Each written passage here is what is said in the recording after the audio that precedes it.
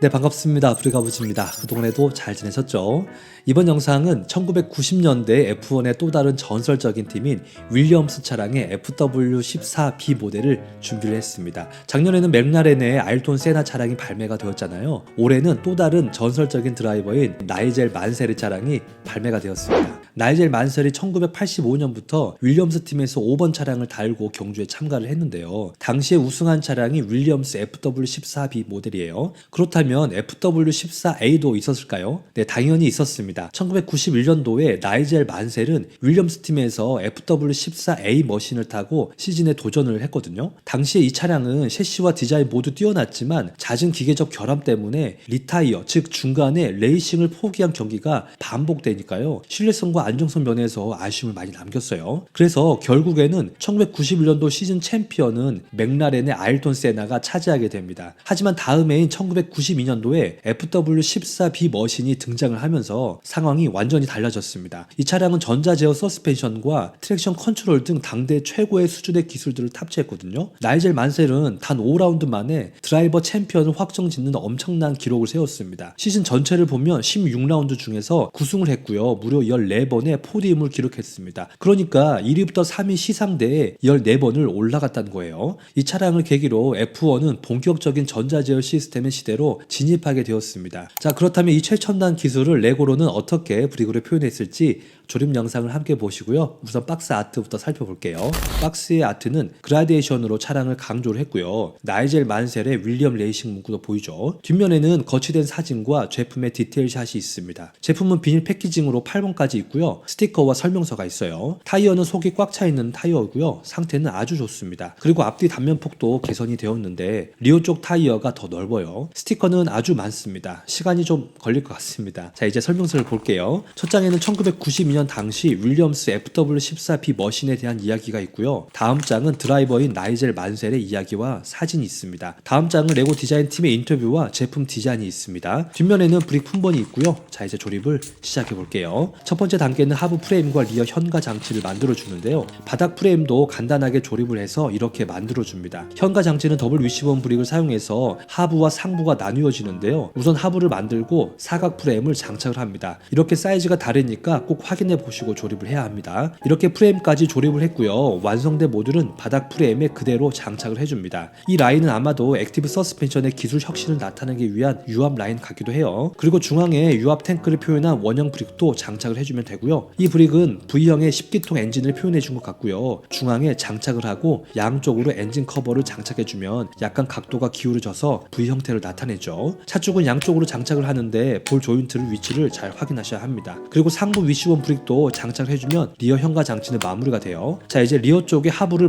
마무리하면서 콕핏의 모듈도 장착을 해주는데 제가 이 부분은 잘못 조립을 했더라고요. 이렇게 칸이 남으면 안 됩니다. 제가 1스터드를 앞으로 장착을 해서요. 다시 이렇게 밑으로 내려서 수정을 했습니다. 이렇게 되면 정확하게 맞아 떨어져요. 최근에 테크닉 제품만 해서 그런지 시스템 브릭의 설명서가 자세하게 나와 있지 않는 것 같아요. 자, 두 번째 단계는 프론트 어셈블리와 사이드 패널을 붙여주는데요. 우선 프론트 쪽에 에어 덕트를 표현한 모듈을 붙이고 사이드 하부 패널도 장착을 해줍니다. 반대쪽은 모듈 두 개를 미리 결착을 해서 장착하면 좀 더 쉽게 되더라고요. 그리고 상부 쪽에 타일 브릭으로 마감을 하면 됩니다. 프론트 어셈블리는 하부 위시본 모듈을 만들어주고 양쪽으로 볼 조인트를 장착하면 돼요. 상부는 길다란 X를 사용하는데요. 우선 모듈을 장착을 해주겠습니다. 그리고 좌우에 조향 링크도 장착을 하면 되고요. X를 움직이면서 조향이 되는데 차량은 HG가 없어서 엑셀이 스티어링 휠에 그대로 연결되는 방식이에요. 이제 노즐 섹션의 모듈을 뒤쪽에 장착을 해서 메인 프레임에 장착하면 되고요. 스티어링 휠도 부착하면 조향과 연결이 잘 되죠. 마지막으로 노즐 섹션의 패널도 장착을 하는데요. 상부 쪽을 보면 원형 브릭이 보이는데 앞쪽에 액티브 서스펜션의 밸브를 표현했습니다. 자, 이렇게 되면 두 번째 단계도 마무리가 돼요. 세 번째 단계는 리어 윙을 만들어 주는데요. 우선 리어 쪽에 레인 램프와 주변의 모듈을 만들어서 부착을 해줍니다. 그리고 상단을 브릭으로 마감을 하면 리어 윙을 장착할 준비가 돼요.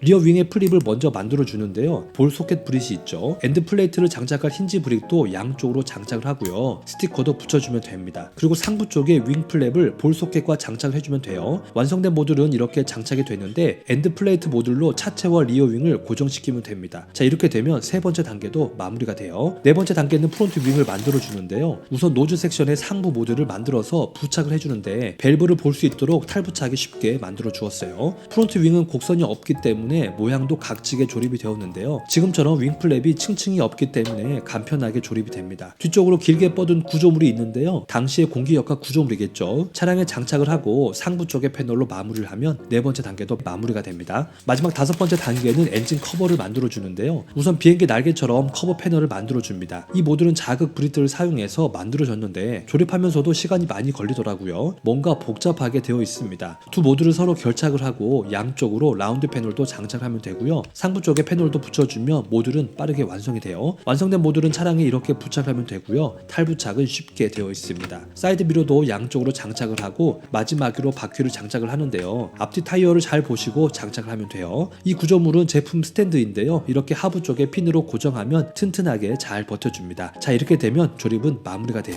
자, 이렇게 해서 조립을 해봤는데요. 전작에 발매한 아일톤 세나와 비슷한 조립 방법이었지만 이 차량은 좀 더 업그레이드가 된 것 같습니다. 자, 우선 디자인을 잠깐 살펴보면요. 실차량의 디자인을 거의 100% 싱크로 만들어 주었다는 생각이 들어요. 여러 스폰서도 스티커로 표현을 했는데요. 눈에 가장 잘 들어오는 카멜 스폰서는 레고에서 빠졌습니다. 대신 윌리엄스 팀을 넣어 주었는데요. 아일톤 세나도 담배 회사인 말보로가 삭제가 되었는데 카멜도 담배 회사이기 때문에 레고의 철학에서 벗어난 이유기도 해요. 레고에서는 담배나 주류, 폭력이나 무기의 브랜드는 사용을 할 수 없도록 가이드가 되어 있는데요. 성인 유저분들도 아이들을 위해서 조금 이해해 주셨으면 좋을 것 같아요. 리어윙은 아일톤 세나와 같은 디자인인데요. 당시에는 DRS 규정이 없었기 때문에 공기 역할을 리어윙에서 다운포스를 최대로 확보하기 위한 설계라고 생각하시면 됩니다. 노즐 섹션에서는 아가미처럼 생긴 것도 있는데요. 당시에 전자장비가 많아서 내부로 공기를 빨아들여야 되는데 그런 역할을 하는 장치예요. 서스펜션 기능도 있는데 앞쪽과 뒤쪽 모두 작동이 됩니다. 전류는 리바운드가 좀 높은데요. 뒤쪽은 앞쪽에 비하면 딱딱하긴 해요. 조향은 핸들과 연동이 되었는데요. 전작과 같은 구조라 익숙하죠. 테크닉 제품은 상부에 조향 손잡이가 있는데요. 이 차량은 빠져 있어요. 오픈 기능은 프론트 쪽에 유압 밸브를 볼 수 있는 기믹이 있는데 실차량은 좀 더 복잡하게 되어 있어요. 액티브 서스펜션을 제어하는 유압 밸브 ECU라고 생각하시면 됩니다. 레고에서는 원형 타일로 간단하게 표현을 해주었는데요. 쉽게 탈부착하게 되게 만들었어요. 리어 쪽은 엔진 후드가 오픈이 되는데 엔진은 V형의 10기통 엔진으로 만들어 주었고요. 파란색 라인은 유압 라인을 표현해 주었어요. 이 차량은 앞뒤 모두 유압 밸브가 있어서 지면에 따라서 자동으로 서스펜션을 제어해주는 당시의 첨단 장치를 넣어 주었는데요. 맥라렌 차량과 엔진을 비교해보면 좀 더 디테일하게 표현이 되었어요. 자, 마지막으로 바퀴에 대해서 칭찬은 무조건 해야 되겠죠. 두 제품을 같이 봤을 때 타이어만 봐도 완성도가 더 높다는 생각은 아마 다 아실 것 같습니다. 그렇다면 바퀴만 따로 구매해서 맥라렌에 장착을 할 수 있을까요? 우선 바퀴를 구할 수 있는 브릭 링크에 가면 제품은 소개가 되었는데요. 아직은 따로 판매를 하지 않고 있습니다.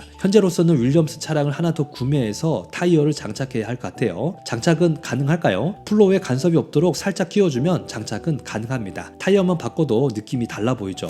자, 이렇게 해서 제품에 대한 리뷰를 해봤는데요. 전작의 맥라렌의 아일톤 세나가 1년이 지났는데 할인해서 8만원 정도 판매를 하고 있더라고요. 이 차량도 지금 구매하는 것보다 좀 더 할인할 때 구매하셔서 제품을 조립하시길 바랍니다. 자, 오늘의 영상이 도움이 되셨다면요. 구독과 좋아요도 부탁드리고요. 저는 다음에 더 좋은 영상으로 찾아오겠습니다. 모두들 감기 조심하시고요. 오늘도 레고와 함께 행복한 하루 보내십시오. 감사합니다.